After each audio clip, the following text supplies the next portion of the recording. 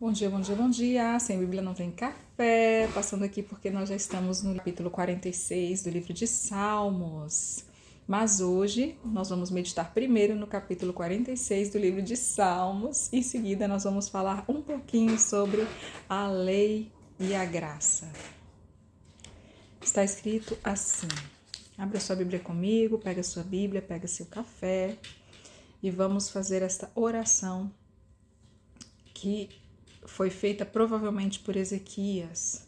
Deus é nosso refúgio e fortaleza. Deus é nosso refúgio e fortaleza, socorro bem presente nas tribulações. Portanto, não temeremos, ainda que a terra seja removida, ainda que se transportem os montes para o meio dos mares, ainda que as águas rujam e se perturbem, ainda que os montes se abalem por causa de sua braveza.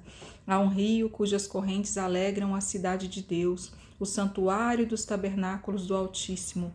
Deus está no meio dela, não será abalada, Deus a ajudará. Já ao clarear da manhã, os gentios se embraveceram, moveram-se os reinos, ele levantou a sua voz e derreteu-se a terra.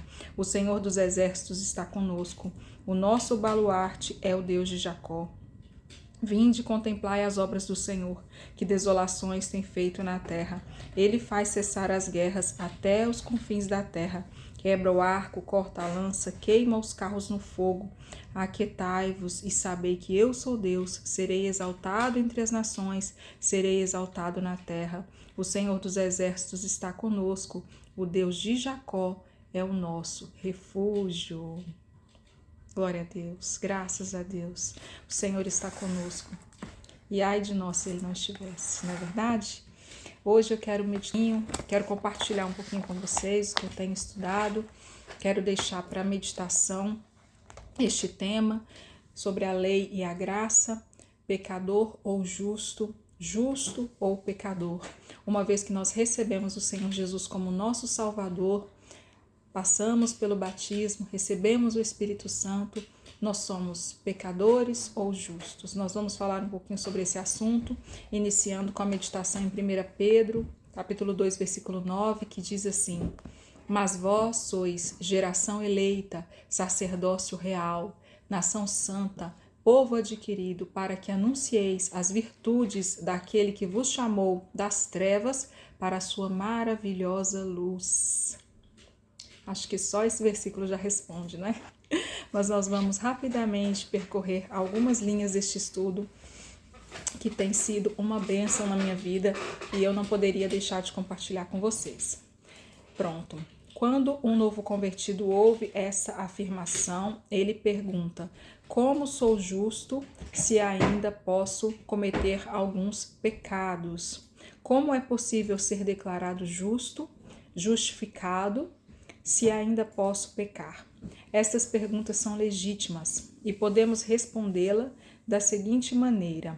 Para entendermos essa verdade, a primeira coisa é compreendermos a definição de pecador.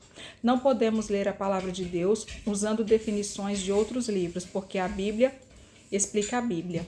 Se você consultar um dicionário, a definição de pecador será aquele que peca, porém não é o que está nas Escrituras. Segundo a palavra de Deus, o pecador nasce pecador porque recebeu a natureza pecaminosa hereditariamente.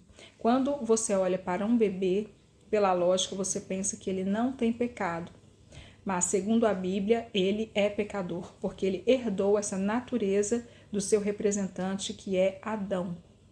Quando você vê uma mangueira, ou seja, um pé de mangas, você sabe reconhecer que é um pé de mangas, mesmo se ainda for pequenininho e não tiver ainda produzido mangas, mas é uma mangueira.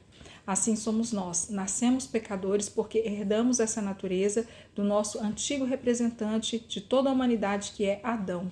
Como está escrito: porque, como pela desobediência de um só homem, muitos se tornaram pecadores, assim também por meio da obediência de um só, muitos se tornaram justos. Pela desobediência de um só, todos nós somos declarados pecadores, mas pela obediência de um só, Jesus Cristo, somos declarados justos por meio da fé. Quando cremos em Cristo Jesus, recebemos o sacrifício de Jesus, uma troca foi feita no Calvário. O Senhor colocou o nosso pecado sobre Jesus e a justiça de Jesus sobre nós. Uma vez que Cristo obedeceu, a justiça dele é transferida para mim. Aquele que não conheceu o pecado, ele o fez pecado por nós, para que nele fôssemos feitos justiça de Deus. Houve uma troca no Calvário. Deus pegou o meu pecado e colocou em Cristo, pegou a justiça dele e colocou em mim. A diferença entre posição e estado. Precisamos entender que existe uma diferença entre posição e estado. O nosso estado muda todo dia, mas a nossa posição permanece sempre a mesma. Uma coisa é a nossa posição, outra coisa é o nosso estado momentâneo. A nossa posição diante de Deus já está estabelecida. Sua posição como justo, santo e culpável e a sua opinião positiva e a opinião positiva de Deus a seu respeito, que resultam em louvor e honra, nunca mudam, mas o seu estado sim. Às vezes você se sente entusiasmado e outras vezes fica deprimido. Há momentos que você está nervoso e outras vezes está de bom humor e cheio de alegria. Há dias que está generoso e outros dias que não. Como você percebe, o seu estado é flutuante e transitório, mas a sua posição diante de Deus permanece eterna.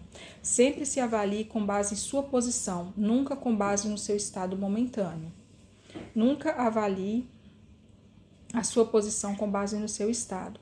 É normal pensarmos assim: hoje pela manhã tive impulsos ruins e me deixei levar por uma tentação. Agora Deus tem uma opinião ruim a meu respeito. Como posso servi-lo? Como posso liderar? Esta é uma situação comum. Permitimos que o nosso estado afete a nossa percepção da nossa posição, mas aos olhos de Deus, seu estado não pode ser alterado e a sua posição, porque a sua posição foi conquistada por Cristo e não por você. Essa parte é importante compreender. A nossa posição de justificados, justos diante de Deus, justificados diante de Deus, foi conquistada por Jesus Cristo e não por nós. Essa é a diferença da lei e da graça. Na lei, para se conquistar uma posição diante de Deus, teria que se cumprir a lei por mérito próprio. Na graça, nós precisamos ter fé que Cristo conquistou essa posição por nós. Mas é importante permanecer nesta posição. Permaneça na posição. A sua posição hoje é em Cristo. Estando em Cristo, Deus, quando olha para você, vê Cristo que não tem pecado. O seu estado pode ser eventualmente ruim, mas a sua posição é eternamente divina. Uma vez que Deus diz que somos perdoados e justificados em Cristo, isso não pode ser revogado. O pai pode discipliná-lo, mas isso não muda a sua condição de filho. Enquanto estamos aqui, nós podemos ser disciplinados por Deus, mas isso não muda a nossa condição de filho. Não ignore o seu estado. Será que devemos ignorar o nosso estado? Claro que não. Julgue o seu estado com base na sua posição. Porque eu estou próximo de Deus, sou justificado aos seus olhos pelo que Cristo fez. Porque eu sou altamente favorecido e amado, posso pedir a Deus que me ajude a tratar com esses momentos ruins. Posso pedir a ajuda do Espírito Santo para que eu venha me santificar cada dia mais. Quando não entendemos essa verdade, tendemos a julgar a nossa posição de acordo com o nosso estado. Isso é uma licença para pecar? Claro que não. Sabemos que às vezes pecamos involuntariamente. Nesse caso, se eu pecar, eu confessarei o meu pecado ao Senhor Jesus. Ainda que o seu estado não possa alterar sua posição diante de Deus, ou seja, a opinião positiva que ele tem a seu respeito, seu estado pode mudar a posição diante dos homens e o seu testemunho perante as pessoas, afetar o seu desfrute das coisas do Espírito e também a sua utilidade para Deus. Por isso, não ignore o seu estado. Por isso é necessário fazer sempre uma autoavaliação. E existem 2 tipos de autoavaliação. Uma delas resulta em condenação e acusação, e isso não provém de Deus, porque o acusador é o nosso inimigo. Uma autoavaliação que é saudável, quando avaliamos as nossas ações para fazer melhor. E nisso podemos pedir ao Espírito Santo que nos ajude. Cada dia mais ele vai trabalhando isso em nós. Conheça a disciplina de Deus. Deus pode me disciplinar quando o meu estado for ruim? Sim, claro que sim.